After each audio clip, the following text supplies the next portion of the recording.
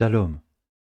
À vous qui aspirez au retour de Yeshua et comme Yaakov saluez les 12 tribus dispersées, bienvenue dans ce chemin de réconciliation, de Torah et de paix d'Élohim. En tant que pasteur de ma maison avant tout, je dédie ce cours à ma femme et à mes 3 fils, que l'Éternel garde et conduise. Nous en sommes maintenant au cours numéro 2 du défi Néhémia. Le cours ayant toujours pour but de rassembler, nous avons pensé que parler de chronologie biblique était importante. Nous savons et nous comprenons que la chronologie biblique dans la Bible a 2 buts. Un but historique, mais également un but prophétique. Nous le verrons au fur et à mesure des cours. Ce cours va être disponible dans la description de la vidéo, mais également sur le site discipledeyeshua.fr. Vous remarquerez que l'entête de ce cours est le verset 1 du livre de Jacques, aux 12 tribus qui sont dans la dispersion Shalom. Un cours va venir, sûrement le numéro 7, qui expliquera tout simplement qui aujourd'hui est Israël. Il y aura sûrement des surprises au niveau de la compréhension. Je vous invite à tenir bon jusqu'à ce cours. Pour arriver jusqu'à ce cours numéro 7 et les suivants qui parleront des fêtes de l'Éternel, qui parleront de tout ce que malheureusement le monde chrétien a, entre guillemets, aboli, a besoin de 2 cours de préparation. Du cours numéro 1 jusqu'au numéro 5, ce sont des cours qui permettent le rassemblement et l'étude de points communs. Commençons ce cours numéro 2 sur la chronologie biblique. Le contexte, d'abord. Pour aborder la chronologie biblique, nous avons trouvé intéressant de penser comme les auteurs de la Bible en utilisant les généalogies des évangiles de Matthieu au chapitre 1 et de Luc au chapitre 3. Au passage, que signifie le terme évangile, évangélion en grec? Aujourd'hui, il désigne les 4 premiers livres des écrits des apôtres, Matthieu, Marc, Luc, Jean. Mais en grec, il signifie bonne nouvelle. Yeshua parle souvent d'annoncer la bonne nouvelle du royaume d'Élohim. C'est là le but même de notre vie, annoncer la bonne nouvelle du royaume d'Élohim qui vient bientôt. Matthieu, chapitre 4, verset 23 nous dit « Yeshua parcourait toute la Galilée enseignant dans les synagogues, prêchant la bonne nouvelle du royaume et guérissant toute maladie et toute infirmité parmi le peuple. » Si on remplace la bonne nouvelle du royaume par le mot évangile du royaume, nous comprenons bien ici que Yeshua ne prêchait pas ou n'enseignait pas dans les synagogues le Nouveau Testament. Il n'était pas encore rédigé, il n'était pas encore mis sous la forme que l'on connaît aujourd'hui. Donc cette bonne nouvelle du royaume, c'est autre chose. Matthieu 24, 14. Cette bonne nouvelle du royaume sera prêchée dans le monde entier pour servir de témoignage à toutes les nations. Alors viendra la fin. Luc 4, 43 nous dit « Mais il leur dit, il faut aussi que j'annonce aux autres villes la bonne nouvelle du royaume d'Élohim, car c'est pour cela que j'ai été envoyé. » Acte 8, 12.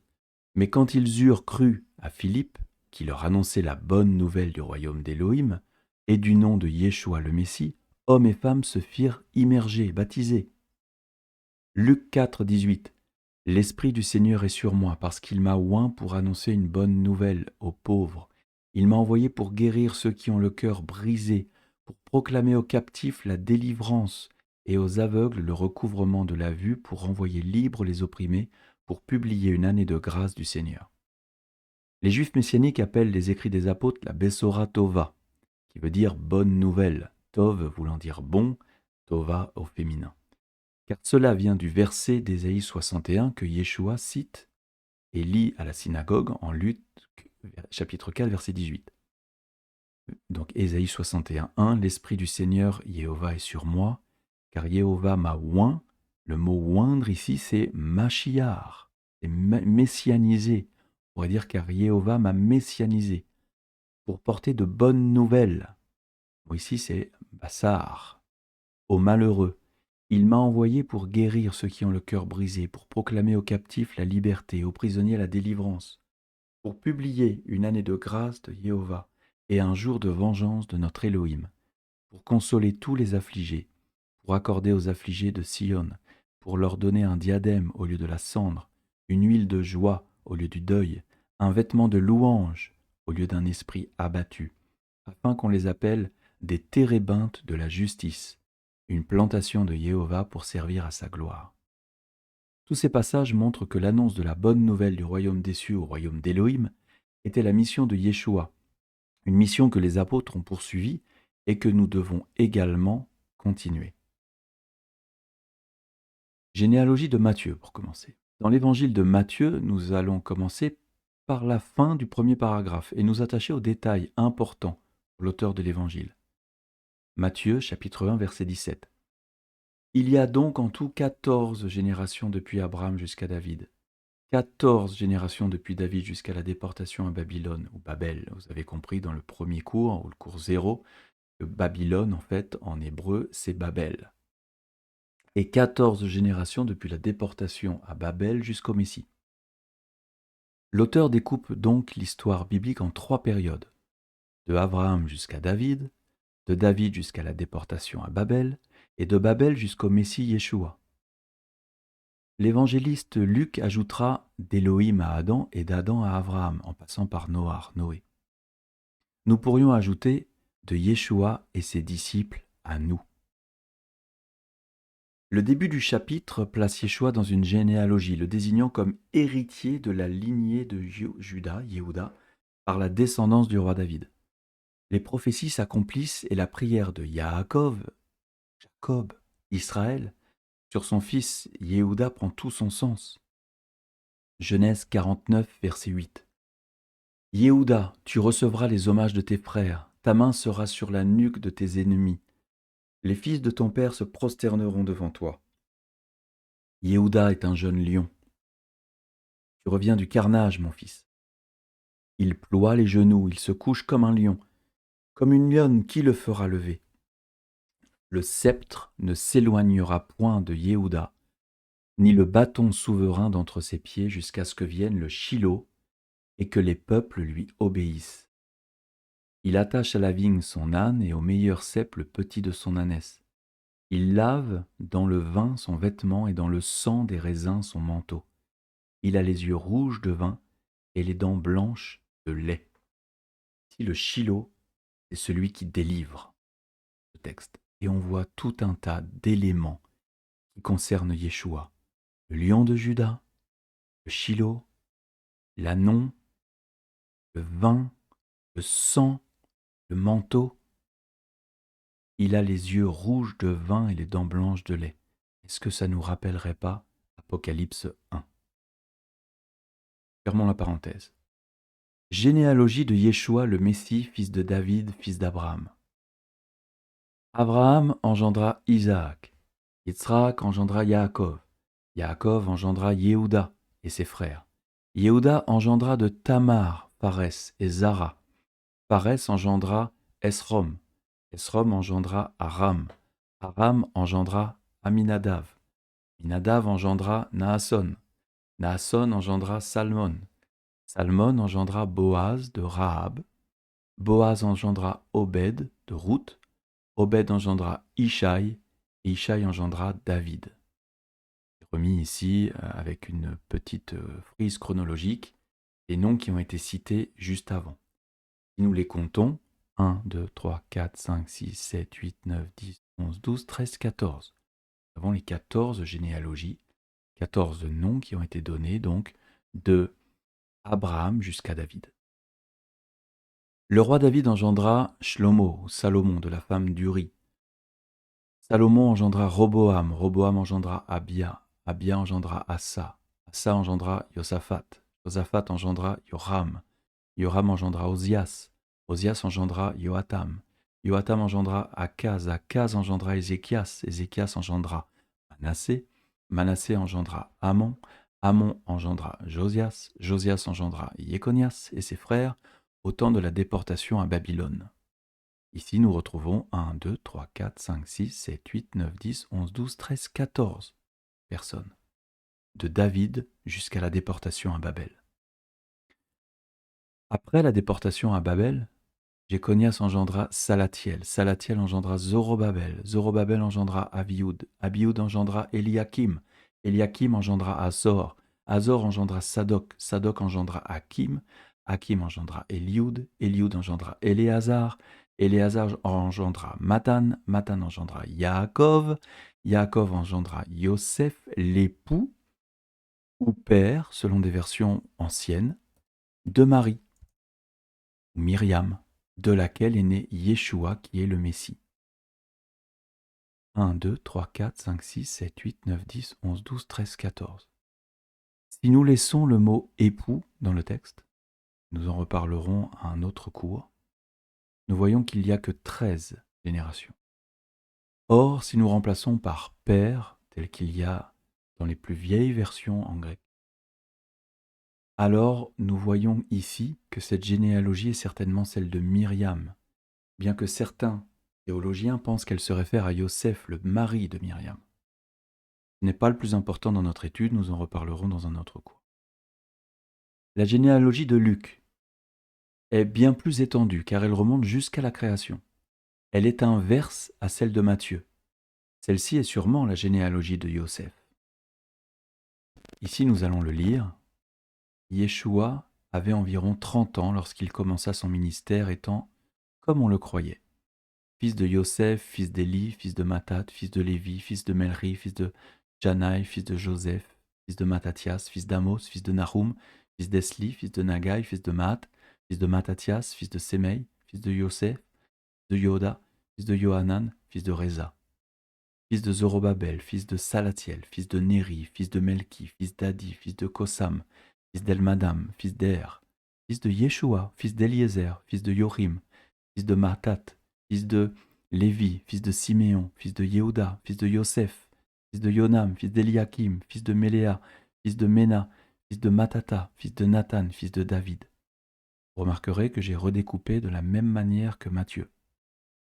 Enfin, fils d'Ishaï, fils de Jobed, fils de Boz, fils de Shlomo, fils de Naasson, fils d'Avinadab, fils d'Admin, fils d'Arni, fils d'Esrom, fils de Phares, fils de Yehuda, fils de Yaakov, fils d'Yitzhak, fils d'Abraham, fils de Tara, fils de Nahor, fils de Sérouch, fils de Rago, fils de Phalek, fils d'Héber, fils de Salah, fils de Caïnam, fils d'Arphaxad, fils de Shem, fils de Noar, Noé, fils de la mer, fils de Matouchéla, fils d'Enoch, fils de Jared, fils de Maléléel, fils de Caïnan, fils d'Énos, fils de Chet, fils d'Adam, fils d'Élohim. Cette généalogie nous ramène jusqu'à Adam, et mieux encore, elle montre notre filiation avec le Père créateur Elohim. Pour ceux qui doutent que la création s'est déroulée telle qu'elle est relatée dans la Genèse et qui pensent que l'homme descend du singe ou d'une bactérie, ils remettent en cause la parole d'Élohim elle-même, soutenue par les écrits des apôtres. Quelle ignorance et manque de foi de penser que notre Elohim n'est pas capable de créer à partir de rien, ex nihilo, l'univers et tout ce qu'il contient. La chronologie biblique commence avec la création de l'homme, Adam, et de sa femme, Ève, Rava, ainsi que le but de la création, vivre dans le paradis terrestre appelé Éden. Leur mission était de peupler le monde et obéir à une seule loi, ne pas manger de l'arbre de la connaissance du bien et du mal. Il y avait déjà une loi. De Adam à Noé, il y a 1000 ans. La longévité des hommes à l'époque est inférieure à 1000 ans.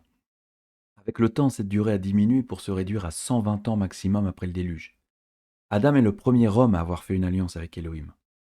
Les peuples s'éloignent progressivement d'Elohim à cause du péché, et le fait de manger de l'arbre de la connaissance du bien et du mal a mis l'homme devant ses responsabilités et lui a ouvert les yeux sur la réalité de sa nature pécheresse.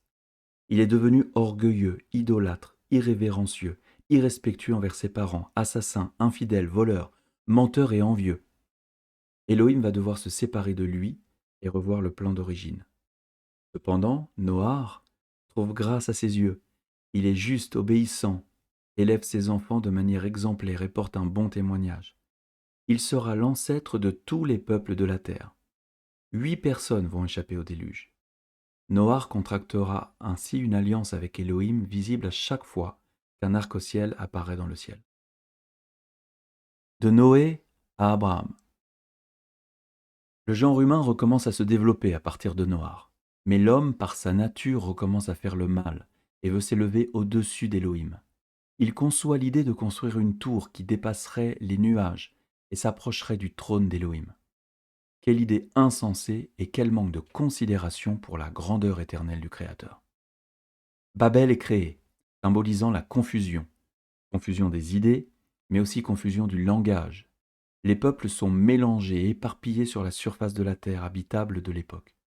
Le but de Babel était de créer un seul langage, une seule pensée, une seule vision, un seul culte, un seul peuple. L'unité parfaite, mais contre Elohim lui-même. Bref, un échec. Elohim appelle un autre juste, Abraham, à qui il confie la mission de créer un peuple, de choisir sur une terre choisie. Cependant, il y a un problème. Sa femme est stérile et la descendance tarde à venir. Comment enfanter un peuple sans enfant? Elohim conclut une alliance avec Abraham. S'ajoutant aux alliances précédentes, le miracle se produit. L'ange de l'Éternel, Yeshua avant sa venue sur terre, lui annonce la naissance d'un enfant qui portera la promesse. C'est Yitzhak. D'Abraham à David, 1000 ans encore. Abraham aura plusieurs enfants, mais un seul. Yitzhak portera le poids de l'alliance. Rappelons que le but de ces alliances est d'apporter le Messie qui guérira l'humanité de sa nature pécheresse. Yitzhak aura pour fils Yaakov, qui donnera naissance à 12 fils, dont les noms deviendront les étendards prophétiques des tribus d'Israël. Israël, avant d'être le nom du pays promis, sera le nouveau nom de Yaakov, marquant ainsi un changement de destinée. Yaakov, qui était le talonneur, d'où son nom, devient celui qui lutte avec Dieu. Après un séjour bénéfique en Égypte, ce pays deviendra un lieu d'esclavage pour un peuple en pleine croissance. Suscitant la crainte du Pharaon, la présence du peuple d'Élohim dans un lieu produit sa bénédiction, et tenter de le chasser entraîne des malédictions divines. La libération du peuple d'Israël ou des Hébreux entraînera la ruine de l'Égypte, à travers l'épisode des 10 plaies. Le peuple est désormais libre et peut espérer conquérir le pays promis. C'était sans compter sur la désobéissance, la peur et l'idolâtrie, qui ralentiront le projet de 40 années. La période du désert permettra à Moïse d'organiser la vie du peuple grâce à la réception des 10 paroles, qu'on appelle communément les 10 commandements, mais ce sont les 10 paroles de Dieu, ainsi que des commandements, des statuts et des lois venant de l'Éternel lui-même. Il serait erroné de dire que c'est la loi de Moïse, car il s'agit bien de la loi de l'Éternel, de Jéhovah, transmise au peuple d'Israël par Moïse. Nombre 31-21 nous dit « Voici ce qui est ordonné par la loi de Jéhovah, que Jéhovah, a prescrit à Moïse. » Le peuple peut enfin entrer dans la terre promise et s'établir après avoir éliminé les abominations qui s'y trouvaient. Des juges gouverneront pendant un temps, puis des rois seront choisis par Elohim à la demande du peuple. David, fidèle à l'Éternel, désirera construire la maison de l'Éternel, le temple. Jérusalem devient alors la capitale de ce peuple. Salomon, achèvera la construction de l'édifice, et pendant son règne, Israël sera puissant parmi les autres peuples. À sa mort, ses fils se déchireront, entraînant la division de la nation sainte. S'en suivront des périodes de déportation. La première pour la maison d'Israël, les 10 tribus du nord, et la seconde à Babel, pour la maison de Juda, les tribus du sud. Elohim ne perd jamais de vue ses enfants, mais ne peut empêcher les malédictions liées encore au péché de ceux-ci. Après la déportation à Babel, Elohim va permettre la reconstruction du temple, le second, et ensuite des murailles et des portes de la ville, pour numéro 0. Environ 500 ans plus tard, Yeshua foulera de ses pieds ce sol et prophétisera même sur le second temple.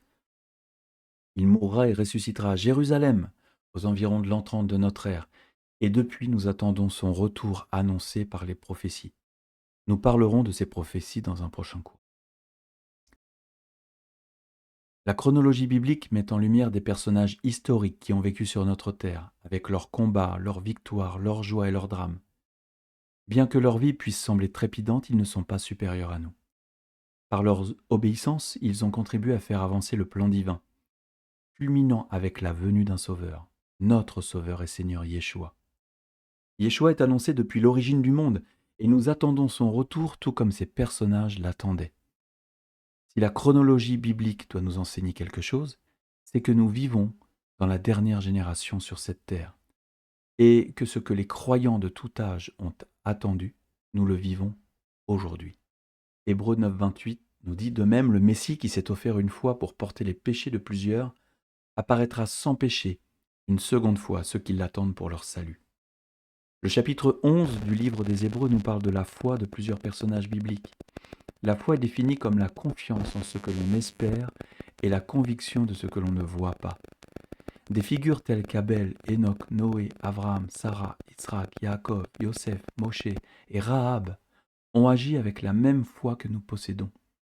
Ne pensons pas que notre foi est vaine, car elle peut déplacer des montagnes. Hébreux 11, 1 nous dit: or la foi est une ferme assurance des choses qu'on espère, une démonstration de celles qu'on ne voit pas.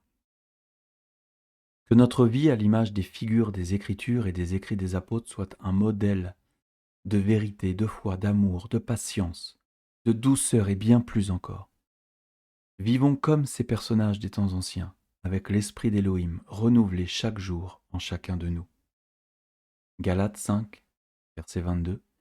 Mais le fruit de l'esprit, c'est l'amour, la joie, la paix, la patience, la bonté, la bénignité, la fidélité, la douceur, la tempérance. La loi n'est pas contre ces choses. Ceux qui sont en Yeshua, Machiar, ont crucifié la chair avec ses passions et ses désirs. Si nous vivons par l'esprit, marchons aussi selon l'esprit. De Abraham, nous avons vu, ou de Noé jusqu'à Yeshua il y a 4000 ans. De Yeshua jusqu'à nous aujourd'hui 2000 ans. Les 6 jours de la création sont les 6000 ans que nous avons vécus. Nous attendons ce 7e jour, le millénium, précédé du retour glorieux de notre Maître et Seigneur Yeshua. Je rappelle que ces cours n'ont pas vocation à être distribués aux non-croyants ou aux nouveaux convertis. Nous devons les maîtriser pour une transmission orale afin de faire des disciples. Ne nous cachons pas derrière l'envoi d'une prédication, d'un site web, d'une brochure ou d'une vidéo, pensant qu'Elohim fera le reste. Soyons actifs dans notre discipulat. L'étude est courte pour vous permettre d'ajouter vos recherches et de personnaliser ce cours. Shalom.